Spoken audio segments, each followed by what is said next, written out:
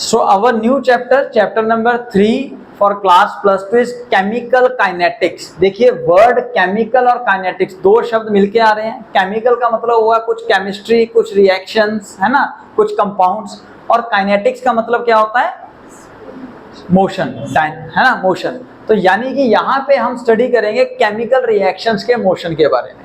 So it is the branch of physical chemistry in which we deal with the rate of chemical reaction, यानी कि chemical reactions की speed के बारे में study करेंगे along with the factors which influence the rate of a chemical reaction. तो उन chemical reaction को कौन कौन से फैक्टर, जैसे टेम्परेचर है, कंसंट्रेशन है, प्रेशर है, क्या है, नहीं है, उन सब फैक्टर्स को स्टडी किया जाएगा under a heading called chemical kinetics. और इन चीजों को स्टडी करने के लिए, स्पीड ऑफ केमिकल रिएक्शन को स्टडी करने के लिए, you should know the mechanism of reaction. So in other words, this is the basic definition for chemical kinetics. तो chemical kinetics स्टडी करते समय हमने स्टडी करना है सबसे पहले rate of reaction.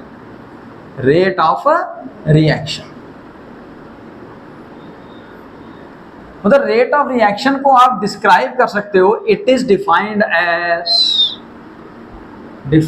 As the decrease in concentration of reactant or increase in the concentration of product, or increase in the concentration of product with respect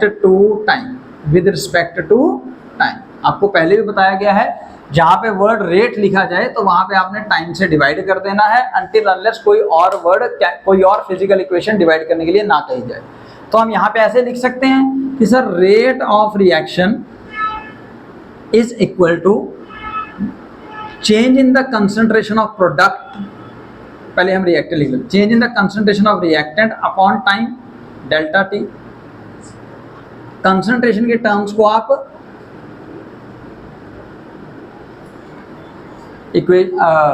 square brackets में ले लीजिएगा. और रिएक्टेंट अगर डिक्रीज हो रहा है तो स्पीड तो कभी, देखिए रेट ऑफ रिएक्शन का मतलब स्पीड है, और स्पीड कभी नेगेटिव नहीं हो सकती. लेकिन यहाँ पे अगर आप change in concentration of reactant निकालोगे तो आप क्या लिखोगे उत्तर formula? Sir final concentration minus initial. अगर रिएक्टेंट की बात कर रहे हो तो इनिशियल केस में शुरुआत में रिएक्टेंट ज्यादा होगा, बाद में रिएक्टेंट कम हो गया होगा, तो फाइनल माइनस इनिशियल करोगे तो नेगेटिव आ जाएगा. लेकिन जैसा मैंने आपको बताया, स्पीड या रेट कभी भी नेगेटिव नहीं हो सकती है, इसलिए इसके साइन आगे साइन लगेगा नेगेटिव.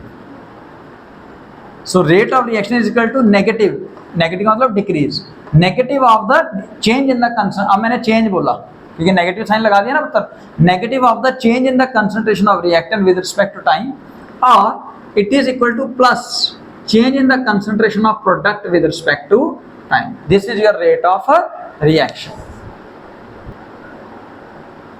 So let's suppose आप एक इक्वेशन ले लीजिए, कोई भी एक random equation, a plus b will give you 2c. तो इसका जो रेट ऑफ रिएक्शन आप कैलकुलेट करोगे that is named as average rate of reaction. तो वो क्या होगा? Negative sign change in the concentration of a with respect to time is equal to change in the concentration of b with respect to time is equal to plus. अब just stoichiometric coefficient को divide करना होता है आपने to calculate the rate of reaction. So delta C upon delta T. अब यहीं पे अगर आप इसकी यूनिट की बात करोगे, unit for rate of reaction, तो वो क्या होगा उत्तर? कंसंट्रेशन की यूनिट होती है मोल पर लीटर और टाइम की सेकंड. तो इसकी यूनिट क्या हो गई? मोल पर लीटर पर second. This is the unit for average rate of reaction. अच्छा, अब एक इक्वेशन लिया आपने एग्जांपल में, N2 + 3H2 will give you 2NH3. तो इसका रेट ऑफ रिएक्शन क्या होगा पुत्र? माइनस, क्योंकि रिएक्टेंट साइड में डिक्रीज हो रहा है ना N2, -1/1 जो भी स्टोइकोमेट्रिक कोएफिशिएंट है वो नीचे आ गया, इनटू डिक्रीज इन द या change in the concentration of nitrogen divided by delta T. और नेगेटिव साइन क्यों यूज किया गया है? As I already told you, negative sign is used because rate, or better to say speed, is always positive, वो कभी negative नहीं हो सकती, always positive.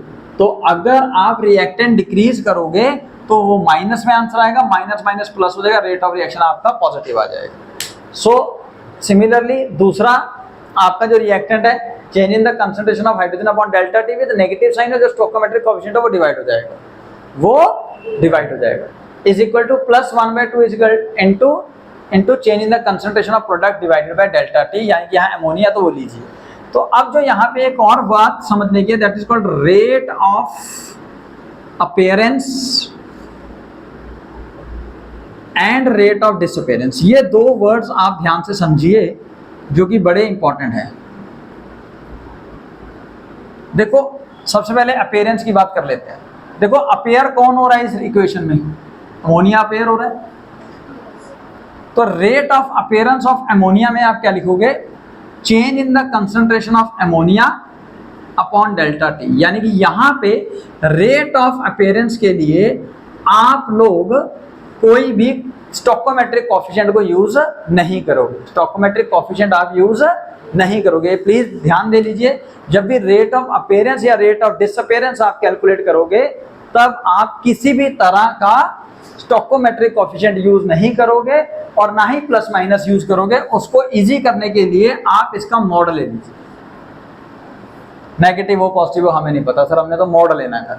Similarly rate of disappearance of, यहाँ पे मैं सपोज कैलकुलेट कर लेता हूँ नाइट्रोजन का पुत्र, तो वो आ जाएगा जी mod of change in the concentration of nitrogen upon delta T. इस चीज को समझ लीजिएगा, बहुत से बच्चे यहाँ गलती करते हैं। हो सकता है रेट ऑफ डिसअपीयरेंस और rate of reaction same value आ जाए, but actually both are different, both are different. तो ऐसे ही अगर मैं रेट ऑफ डिसअपीयरेंस